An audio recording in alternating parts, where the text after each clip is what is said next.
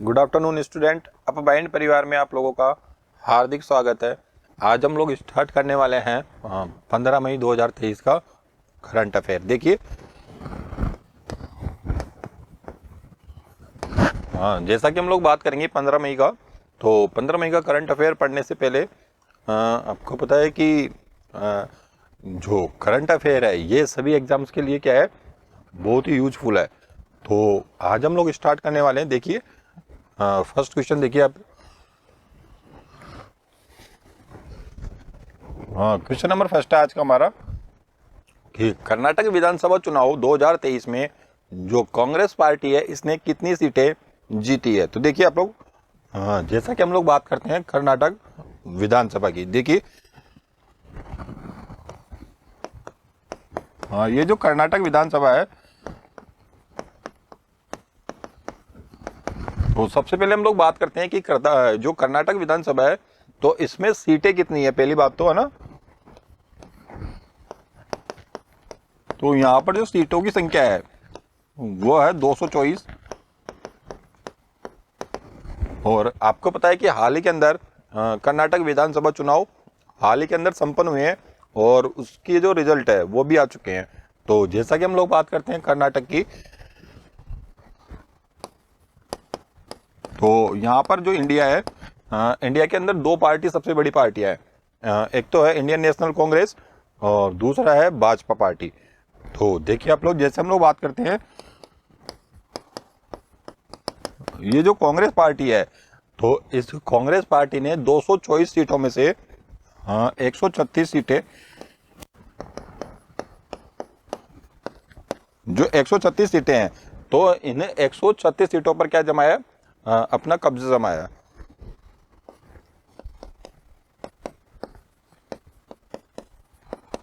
और दूसरी बात हम लोग करते हैं कि जो कांग्रेस पार्टी है तो ये बहुमत के साथ कहां पर आ गई, तो कर्नाटक में बहुमत के साथ कौन सी पार्टी आई है, तो वो आई है कांग्रेस पार्टी। दूसरा देखिए, तो जैसा कि हम लोग बात करते हैं भाजपा पार्टी की, तो भाजपा पार्टी ने कितनी सीटें जीती है कर्नाटक विधानसभा चुनाव में, तो वो जीती है 65। और वहां पर जो तीसरी पार्टी है, तो तीसरी पार्टी ने कितनी सीटें जीती, तो तीसरी पार्टी है जेडीएस।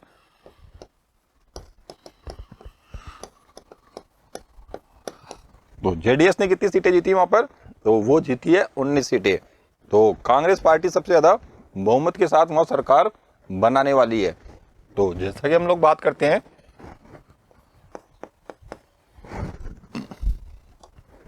इंडियन नेशनल कांग्रेस की, तो ये जो इंडियन नेशनल कांग्रेस है,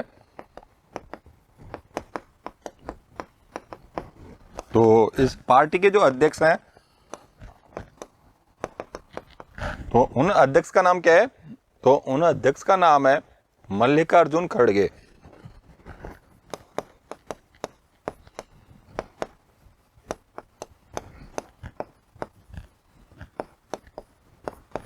और दूसरी बात हम लोग करते हैं यहाँ पर भाजपा की या भारतीय जनता पार्टी की। देखिए, तो इस भाजपा के जो राष्ट्रीय अध्यक्ष है, तो उनका नाम क्या है, तो उनका नाम है जेपी नड्डा। जो जेपी नड्डा है ये भाजपा के क्या है, राष्ट्रीय अध्यक्ष है, जबकि मल्लिकार्जुन जो खड़गे हैं ये इंडियन नेशनल कांग्रेस के क्या है, अध्यक्ष हैं। और तीसरी बात देखिए आप लोग, जैसे हम लोग बात करते हैं यहाँ राज्यसभा की, तो जो कर्नाटक है तो यहाँ पर राज्यसभा की सीटें कितनी है, यह है 12 सीट। और यहाँ पर जो लोकसभा की सीटें हैं,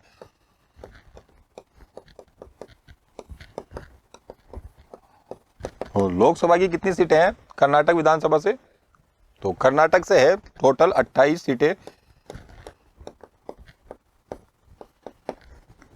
और जैसा कि हम लोग बात करते हैं कि इससे पहले सीएम कौन थे, तो इससे पहले जो सीएम थे उनका नाम है बसवराज बोम्मई। जो कर्नाटक है, इस कर्नाटक के जो पूर्व सीएम है तो उनका नाम है बसवराज बोम्मई। और ये किस पार्टी से बिलोंग करते हैं? तो ये करते हैं बीजेपी पार्टी से। और अब नया जो है, नया सीएम बनने वाला है, लेकिन उसकी जो है ऑफिशियली घोषणा अभी तक बाकी है। जैसे देखिए आप लोग, यहाँ के राज्यपाल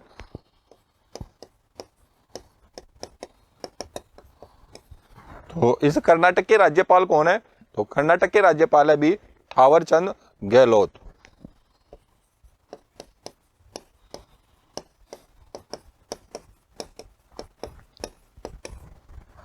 ठीक है ना। तो ये था हमारा क्वेश्चन नंबर फर्स्ट। और क्वेश्चन नंबर फर्स्ट का जो राइट आंसर है वो कितना होगा? ये होगा 136। नेक्स्ट क्वेश्चन देखिए, क्वेश्चन नंबर 2 देखिए।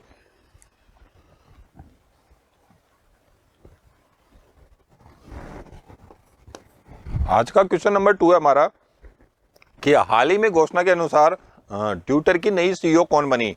तो जैसा कि हम लोग बात करते हैं ट्विटर की, तो देखिए आप लोग,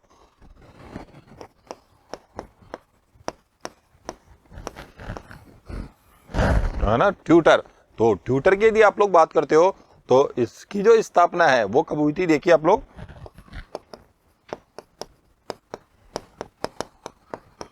तो इसकी स्थापना हुई थी सन 2006 में। दूसरा यदि हम लोग बात करते हैं ट्विटर की, तो ट्विटर का जो संस्थापक है उनका नाम क्या है?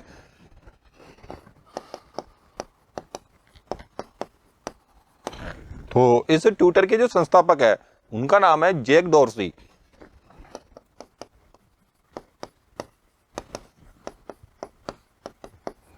हाँ, तीसरी बात हम लोग करते हैं ट्विटर के बारे में कि ट्विटर का जो मुख्यालय है वो कहां पर पड़ता है? तो देखिए,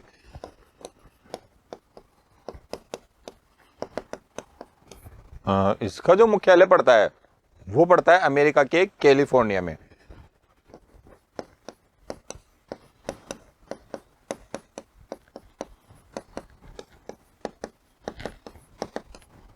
तो ये तो था ट्विटर से संबंधित जानकारी। और जैसा कि हम लोग बात करते हैं ट्विटर की, तो इस ट्विटर को पिछले साल अक्टूबर माह में किसने खरीदा था? तो ये खरीदा था एलन मस्क ने।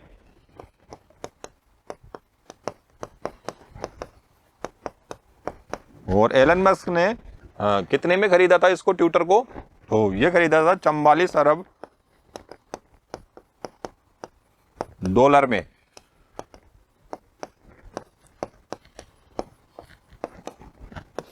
तो जैसा कि हम लोग बात करते हैं एलन मस्क की, तो इस एलन मस्क ने पिछले साल अक्टूबर माह में 44 अरब डॉलर में ट्विटर को खरीदा था। जैसा देखिए आप लोग,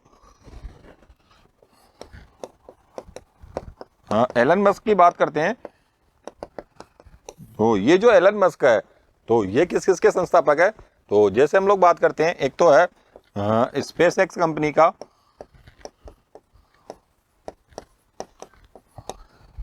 दूसरे हैं ये टेस्ला कंपनी के,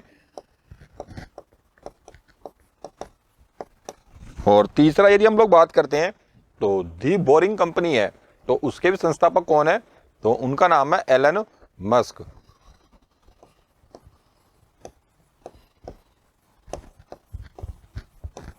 तो एलन मस्क की यदि आप लोग बात करते हो, तो एलन मस्क जो है तो अमेरिका की जो स्पेस एक्स कंपनी है, प्राइवेट कंपनी है, और इसके मालिक कौन है? तो वो जाएंगे एलन मस्क। तो क्वेश्चन नंबर 2 देखिए, तो क्वेश्चन नंबर 2 का जो राइट आंसर है वो जाएगा हमारा डी ऑप्शन, लिंडा याकारिनो को।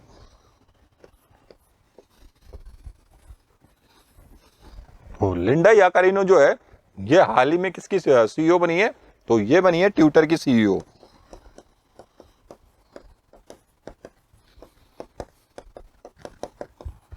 और इससे पहले कौन थे? तो इससे पहले जो ट्विटर के सीईओ थे वो खुद कंपनी के मालिक थे, यानी एलन मस्क जो है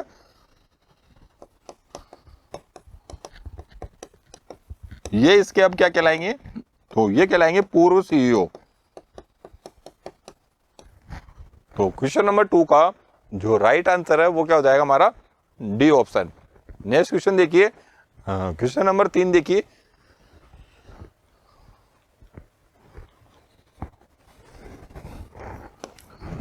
क्वेश्चन नंबर 3 है आज का हमारा कि हाल ही में किस बंदरगाह को सागर श्रेष्ठ सम्मान 2022-23 से सम्मानित किया गया।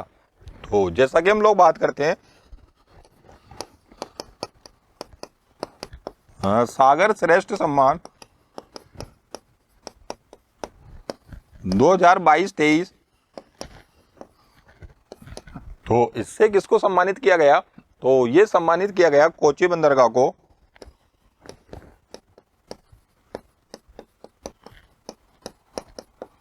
और ये जो कोची बंदरगाह है ये कहां पर पड़ता है, तो ये पड़ता है केरला में।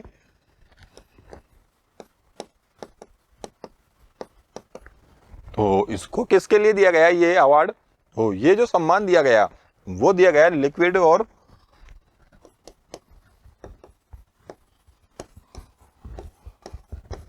एंड ड्राई के लिए, है ना।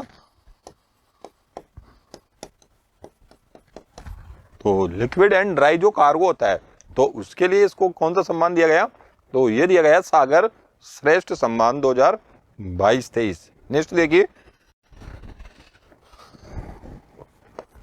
जैसा कि हम लोग बात करते हैं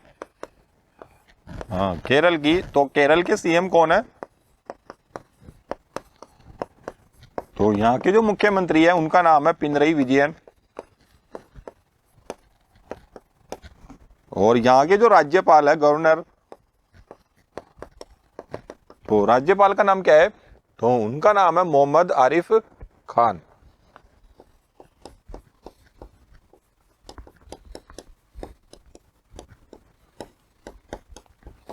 अब देखिए आप लोग, जैसा कि हम लोग बात करते हैं कि ये जो कांडला बंदरगाह है तो ये कहां पर पड़ता है,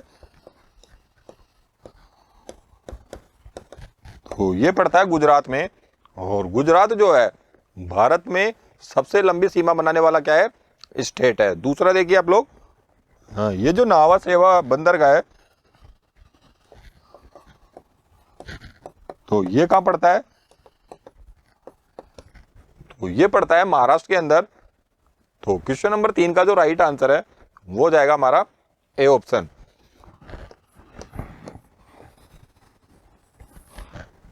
कोची बंदरगाह। नेक्स्ट क्वेश्चन देखिए, क्वेश्चन नंबर 4 देखिए आज का।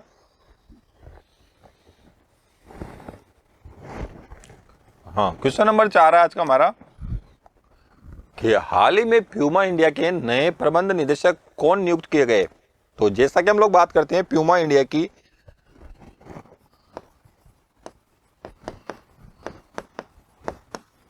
तो पहली बात तो ये जो प्यूमा इंडिया कंपनी है ये पहली बात तो भारत की कंपनी नहीं है।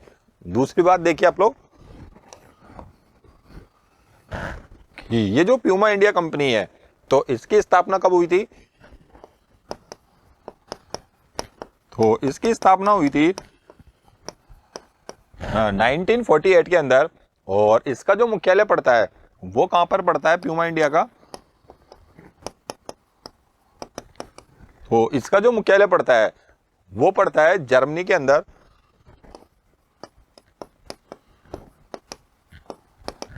और तीसरी बात यदि आप लोग करते हो कि इसके सीईओ कौन है प्यूमा इंडिया के, तो उनका नाम है फ्रेंडट। तो फ्रेंडट जो है वो प्यूमा इंडिया के क्या है, हाल के अंदर सीईओ है, ठीक है। और जैसा कि हम लोग बात करते हैं इसी क्वेश्चन की, ये जो प्यूमा इंडिया है तो इस प्यूमा इंडिया के जो नए सीईओ बनाए गए हैं या नए प्रबंध निदेशक जो बनाए गए हैं तो उनका नाम है के बाल गोपालन। देखिए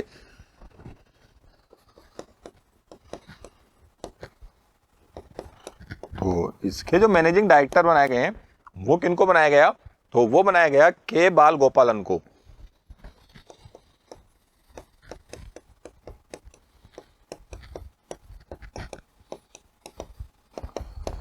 और ये जो के बाल गोपालन है, ये प्यूमा इंडिया के अंदर 2005 से लगातार काम कर रहे हैं। और इन्होंने किनका स्थान लिया है? तो इन्होंने जो स्थान लिया है, तो ये किनके स्थान पर आए हैं?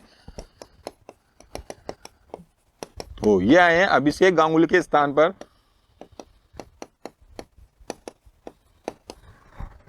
ठीक है ना। तो क्वेश्चन नंबर 4 का जो हमारा राइट आंसर होगा वो क्या होगा? वो होगा ए ऑप्शन।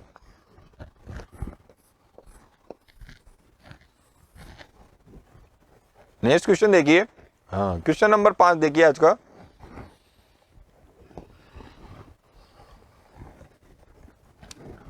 हाँ, क्वेश्चन नंबर 5 है आज का हमारा कि हाल ही में जो फूड डिलीवरी ऐप है वायु, तो इस वायु का ब्रांड एम्बेसडर किसे बनाया गया? तो देखिए आप लोग।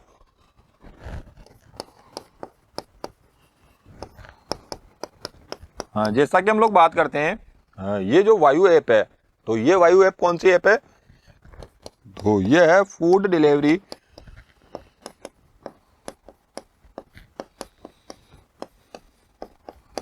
तो ये कौन सी ऐप है? तो ये है एक फूड डिलीवरी ऐप। और ये कहां पर चलती है? तो ये चलती है महाराष्ट्र के अंदर।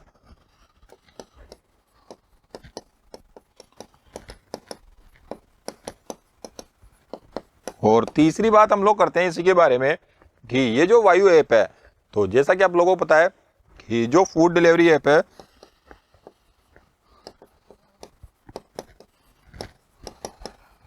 जो अन्य फूड डिलीवरी ऐप है, तो वो हो गए, एक तो हो जाएगी स्विगी और दूसरा हो जाएगा जोमेटो। तो ये जो स्विगी जोमेटो है, तो ये क्या करती है? ये अपना मतलब कमीशन लेती है।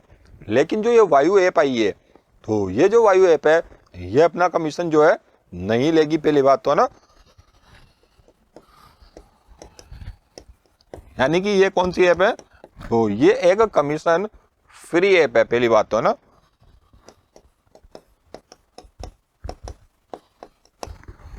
और दूसरा ये कि देखो क्या दावा करती है। तो दूसरा ये दावा करती है कि ये जो ऐप बनाई गई है, ये 15 से 20% क्या है? सस्ती ऐप है ना।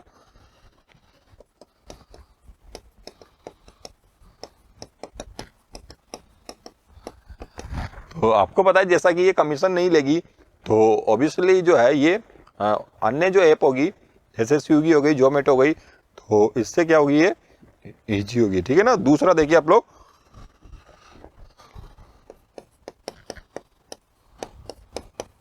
जैसा कि हम लोग बात कर रहे हैं कि इस वायु ऐप के जो ब्रांड एम्बेसडर है, तो वो किनको बनाया गया? तो वो बनाया गया सुनील शेट्टी जी को।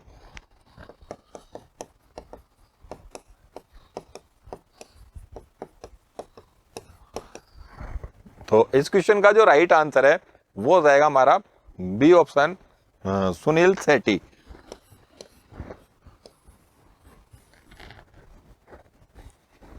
नेक्स्ट क्वेश्चन देखिए, क्वेश्चन नंबर 6 देखिए।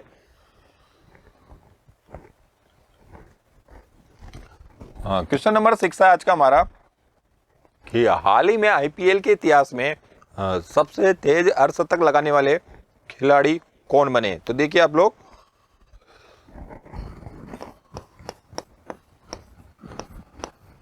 जैसा कि हम लोग बात करते हैं आईपीएल की, तो हाल ही के अंदर आईपीएल का कौन सा संस्करण जो है वो चल रहा है? देखिए आप लोग।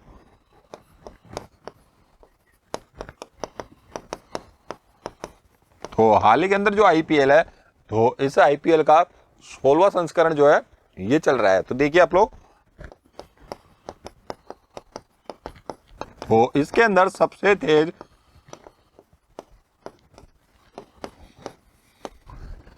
तो इसके अंदर हाल ही के अंदर क्या हुआ कि जो सबसे तेज अर्धशतक बनाने का रिकॉर्ड है, तो वो किसने बनाया रिकॉर्ड? तो वो बनाया यशस्वी जायसवाल ने।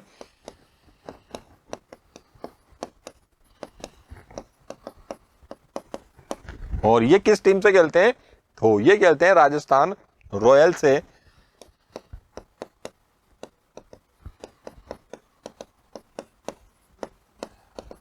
तो यशस्वी जायसवाल जो है, इन्होंने अपना जो अर्धशतक पूरा किया वो मात्र 13 गेंदों में पूरा किया।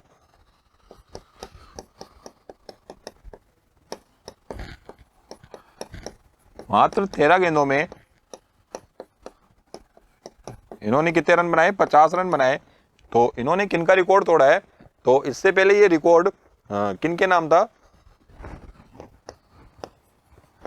तो ये रिकॉर्ड नाम था केएल राहुल के।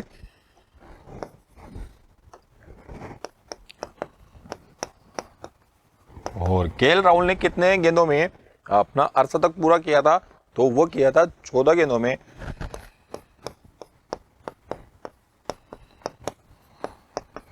और 14 गेंदों के अंदर ही यदि हम लोग बात करते हैं तो किन्होंने लगाया था? देखिए आप लोग,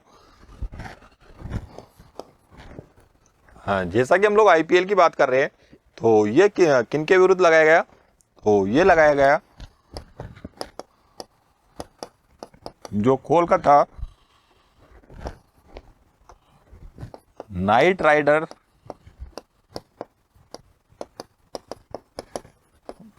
के विरुद्ध, है ना। तो यशस्वी जायसवाल जो है, तो इन्होंने अपना जो अर्धशतक किया है सबसे तेज, तो ये किस टीम के खिलाफ किया है? तो ये किया है कोलकाता नाइट राइडर्स के विरुद्ध।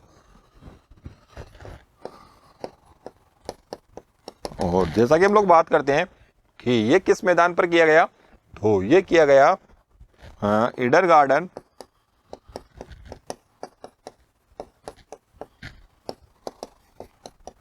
और ये जो ईडन गार्डन है ये कहां पर पड़ता है? तो ये पड़ता है कोलकाता में।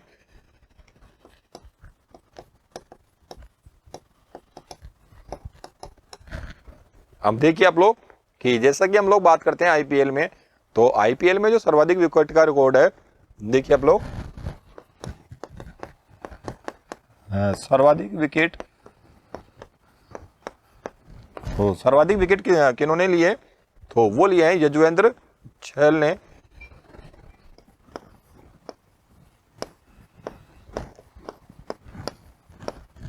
और यजुवेंद्र चहल ने कितने विकेट लिए टोटल? तो इन्होंने लिए हैं 187 विकेट। और सर्वाधिक रन की बात करते हैं तो सर्वाधिक रनों का रिकॉर्ड ये किनके नाम है? तो ये नाम है विराट कोहली के। और विराट कोहली कितने रन बना चुके हैं इसके अंदर आईपीएल में? तो इन्होंने बनाए 7000 प्लस, है ना।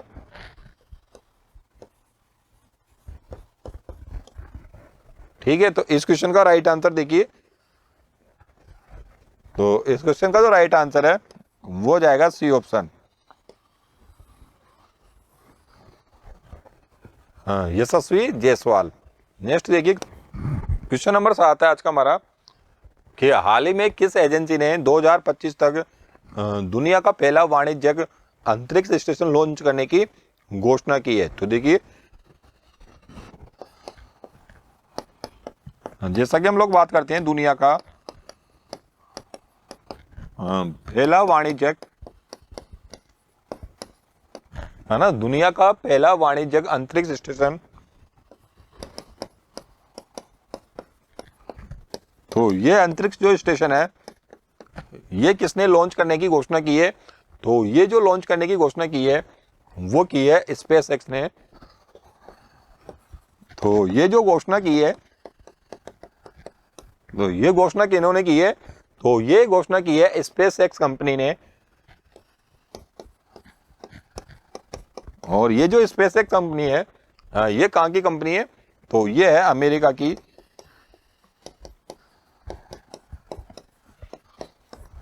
दूसरी बात तो हम लोग करते हैं कि जो अमेरिका है, तो इस अमेरिका की जो प्राइवेट कंपनी है वो कौन सी है? स्पेस एक्स, है ना।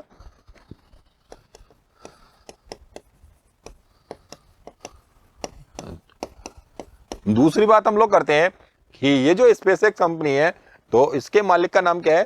तो स्पेस एक्स जो कंपनी है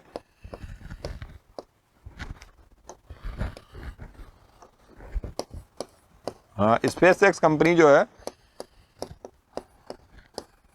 तो इस कंपनी के मालिक कौन है? तो इस कंपनी के जो मालिक है उनका नाम है एलन मस्क।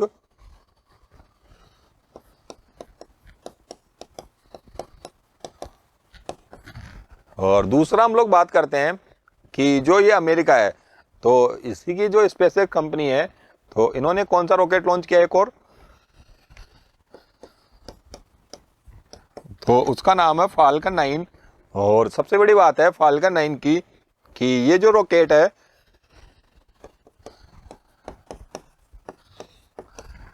ये जो रॉकेट है फाल्कन 9, तो सबसे बड़ी बात है इसकी कि इसको वापस यूज किया जा सकता है ना,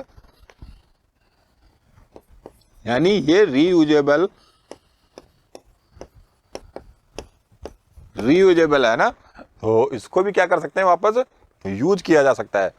तो इस क्वेश्चन का तो राइट आंसर क्या होगा,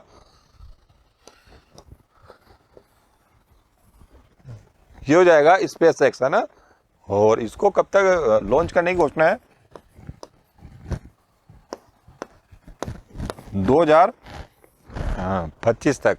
नेक्स्ट देखिए, क्वेश्चन नंबर 8 है आज का हमारा कि हाल ही में आरबीआई ने लावारिस जमा को निपटान के लिए कितने दिनों का अभियान शुरू किया है। तो देखिए आप लोग, जैसा कि हम लोग बात करते हैं आरबीआई की, तो आरबीआई को बोलते हैं रिजर्व बैंक ऑफ इंडिया या फिर बैंकों का बैंक।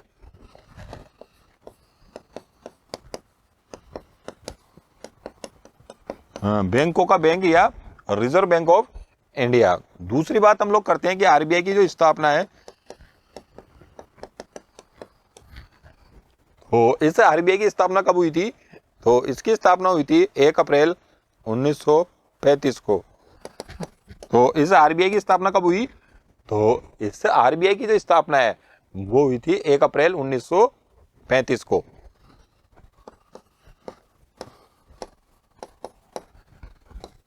और जैसा कि हम लोग बात करते हैं आरबीआई की, तो आरबीआई का जो राष्ट्रीयकरण है ये कब किया गया, तो इस आरबीआई का जो राष्ट्रीयकरण है वो किया गया 1 जनवरी 1949 को।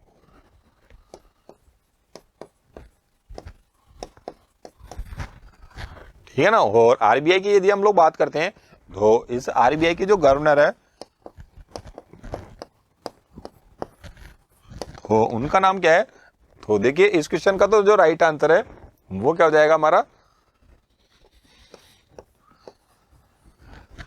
ये हो जाएगा 100, है ना। आरबीआई के गवर्नर का नाम बताइए, है ना। तो जैसा कि हम लोग बात करते हैं आरबीआई के ना,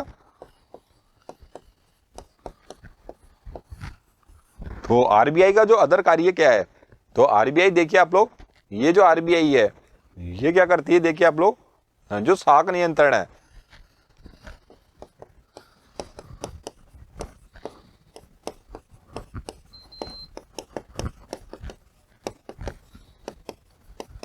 तो ये जो साख नियंत्रण है, इस साख नियंत्रण का काम कौन करती है, तो ये काम भी आरबीआई करती है ना।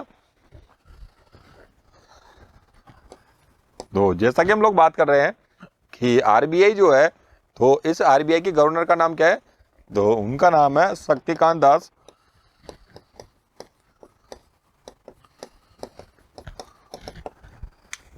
और ये जो शक्तिकांत दास जी हैं, तो ये कौन से नंबर के गवर्नर है, तो ये है 25वें नंबर के।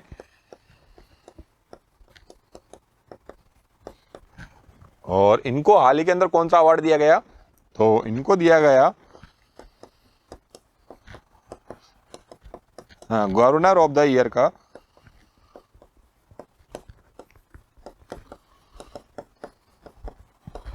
अवार्ड, है ना। तो गवर्नर ऑफ द ईयर का अवार्ड किनको दिया गया, तो ये दिया गया शक्तिकांत दास जी को। अब मुझे आप लोग आंसर दीजिए, हाँ ये जो आरबीआई है, तो इस आरबीआई में कितने डिप्टी गवर्नर होते हैं, हाँ ये जो आरबीआई है, तो इस आरबीआई में कितने डिप्टी गवर्नर होते हैं, तो इसमें होते हैं 4।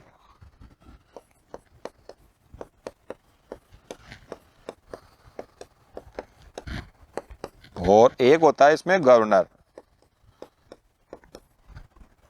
ठीक है ना। तो देखो आरबीआई ने क्या किया कि हाल के अंदर मतलब जो ट्रांजेक्शन है, मतलब जिस पूंजी का ट्रांजेक्शन नहीं हुआ है तो उनको किस में किया जाएगा, तो उनको जमा किया जाएगा लावारिस में। ठीक है ना। तो ये अभियान किसने स्टार्ट किया है, तो ये स्टार्ट किया है आरबीआई ने। और कितने दिन के लिए किया है, तो ये किया है 100 दिन के लिए। नेक्स्ट देखिए,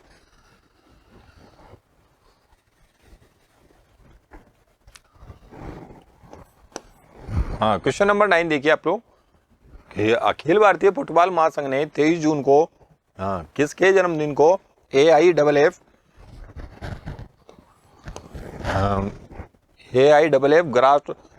ग्रास रूट दिवस के रूप में मनाने की घोषणा की है। तो जैसा कि हम लोग बात करते हैं,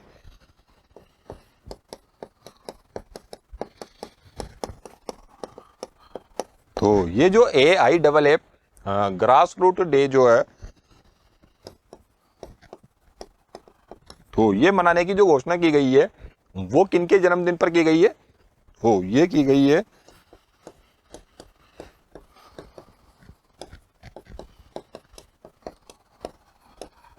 तो ये जो घोषणा की गई है वो की गई है प्रदीप कुमार बनर्जी के जन्मदिन पर। और ये जो प्रदीप कुमार बनर्जी है, तो ये क्या है, पहले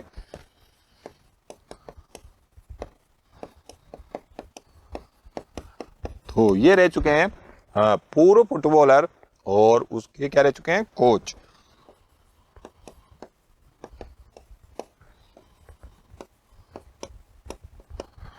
तो इनके जन्मदिन पर कौन सा डे मनाने की घोषणा हुई है, तो ये हुई है AIFF ग्रास रूट दिवस।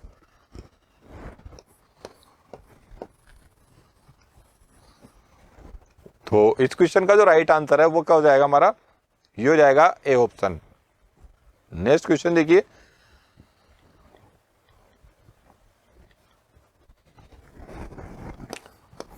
क्वेश्चन नंबर 10 देखिए आज का कि हाल ही में किसने युवा प्रतिभा पाक कला प्रतिभा की खोज की शुरुआत की है। तो देखिए आप लोग,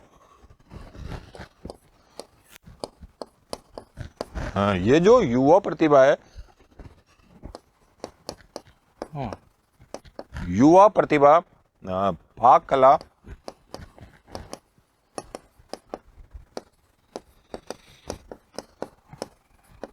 तो देखिए आप लोग, ये जो युवा कला प्रतिभा है तो इसकी जो खोज है वो क्यों की है, पहली बात तो है ना। तो देखिए आप लोग,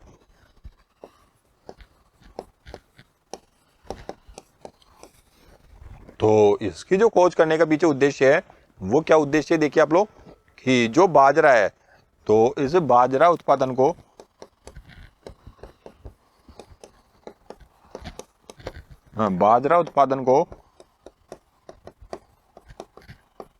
बढ़ावा देना और इसकी जो उपज होती है तो उसको बढ़ावा देना, इसका क्या है, प्रमुख उद्देश्य है। तो ये किनके द्वारा की गई है,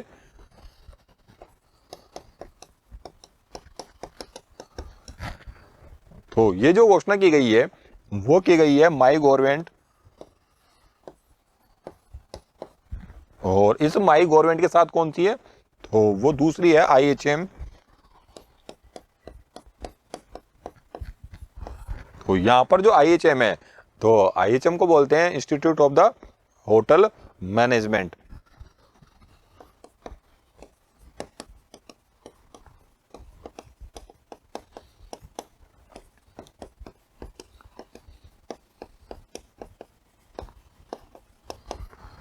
ठीक है ना। तो देखो ये जो घोषणा की है किसने की है, तो ये की है MyGov और IHM ने। तो इस क्वेश्चन का जो राइट आंसर है वो क्या होगा, बोथ ऑफ द अबव।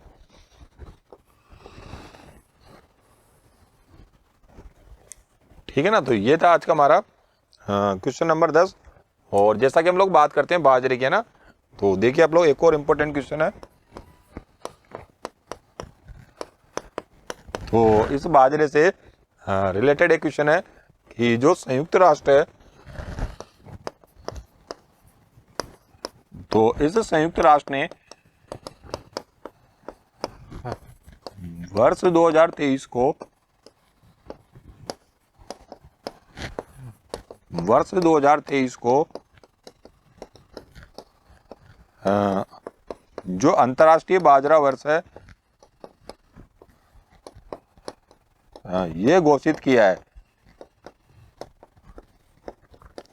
तो जो संयुक्त राष्ट्र है, इस संयुक्त राष्ट्र ने 2023 को जो अंतर्राष्ट्रीय वर्ष घोषित किया है वो कौन सा किया है?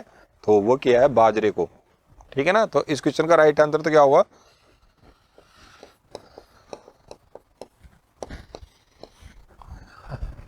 हाँ, ये होगा बोथ ऑफ द अबव।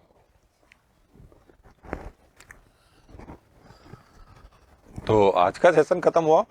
तो अब हम लोग मिलते हैं नेक्स्ट सेशन में। तो इस क्लास को आप लोग ज़्यादा से ज़्यादा शेयर मार दो। तो मिलते हैं हम लोग नेक्स्ट सेशन में। ओके, थैंक यू दोस्तों।